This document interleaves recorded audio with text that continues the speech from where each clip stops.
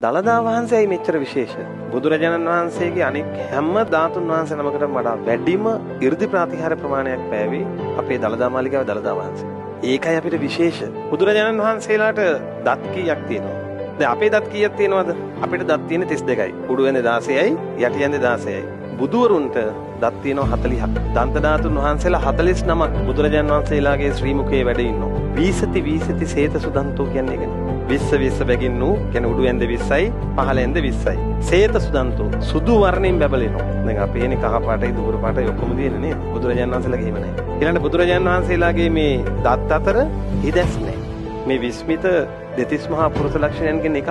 තේරුණාද? ඒ නිසා උන්වහන්සේලාට මේ වළඳන ආහාරය, වළඳන දාණය මනාකොට ජීර්ණය වෙනවා කියනවා. එතකොට ළමයි දැන් කෙනෙකුට හිතෙන්න පුළුවන් දැන් එහෙනම් බුදුරජාණන් වහන්සේගේ දළදා වහන්සේලා 49ක් වැඩ ඉන්න ඕනනේ කියලා. ඔව් වැඩ ඉන්නවා. අපිට ඇහින් දකින්න තියෙන එක දළදා වහන්සේ නමයි.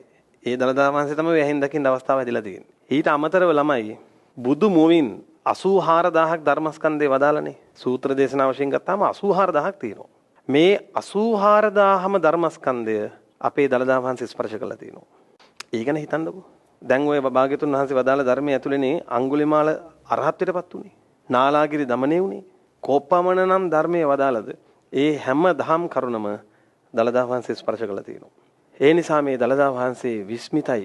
දළදා ප්‍රදර්ශනයක් තියෙනවනේ. ඒ ප්‍රදර්ශනයේදී දළදා වහන්සේව දකින්න කියලා හිතාගෙන ගෙදරින් ඔය දරුවෝ එක අඩියක් තිබ්බද? ඒ පොලිමේ ඉඳලා හිමින් ඉස්සරහට තියෙන අඩියක් ගානේ බුදුරජාණන් වහන්සේ බැහැ දකින්න යන පින රැස් වෙනවා. කිහින් හැරිලා ඉන්න උනත් කමක් නැහැ. ඇයි ඒක එහෙම වෙන්නේ? ඇයි බුදුරජාණන් වහන්සේ වදාරනවනේ? භාග්‍යතුන් වහන්සේගේ ශ්‍රී දේහයේ අබෑටයක් පමණ වූ ධාතුන් වහන්සේ නමකට පවා ජීවමාන බුදුරජාණන් වහන්සේ සංඥාවෙන් වැන්දොත්, පිදුවොත්, දන් දුන්නොත් ඒක භාග්‍යතුන් වහන්සේට කරපු වන්දනාවක් හා සමානයි කියනවා. ඒක භාග්‍යතුන් වහන්සේට පිදූ දානයක් හා සමානයි කියනවා. සෙල්ලන්නේ නැහැ. එතකොට මේ දන්ත ධාතුන් වහන්සේ ගිහිල්ලා දළදා වහන්සේ දැක ගන්න ලැබුණොත් කවර කතාවද? ඒ නිසා ඔය දළදා ප්‍රදර්ශනයට යනකොට පොලිමේ ඉන්නකොට ඒ පොලිමේ ඉන්න අනිත් අය ගැනත් ඒ චේතනාවම තියාගන්න. මේ හැමෝම බුදුන් දකින්න යන්නේ. තරහමර හදාගන්න එපා. හැමෝම හැමෝටම උදව් කරන්න. Tamanට නොලැබුණත් තව කෙනෙකුට ලැබෙනවා දකින්න සතුටු වෙන්න. අනේ මෙයාට ලැබුණානේ. එහෙම තියෙනවා ළමයි දේවල්. කොහොම හරි දැක ගන්න උත්සාහ ගන්න.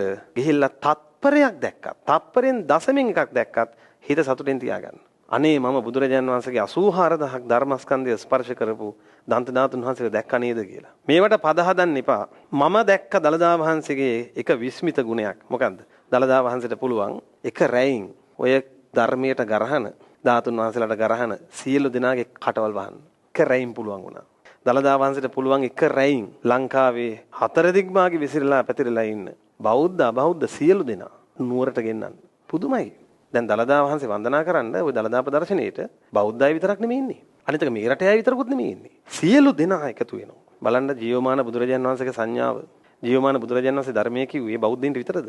නෑ. ඉතින් ඒ නිසා මේකේ ಜಾති ભેද ආගම් ભેද තියාගන්න එපා. දළදා වහන්සේ වන්දනා කරන්න පොලිමේ ඉන්නත් පිනක් තියෙන්න ඕන. දළදා වහන්සේ වන්දනා කරගන්න කියලා ගෙදරින් එළියට එන්නත් පිනක් තියෙන්න ඕන. දළදා වහන්සේ වන්දනා කරගන්න බැරි වුණත් ඒ වන්දනාවට ය아가න්න බැරි වුණත් ඒ ගැන අහලා හිත පහදව ගන්න පවා පිනක් තියෙන්න ඕන.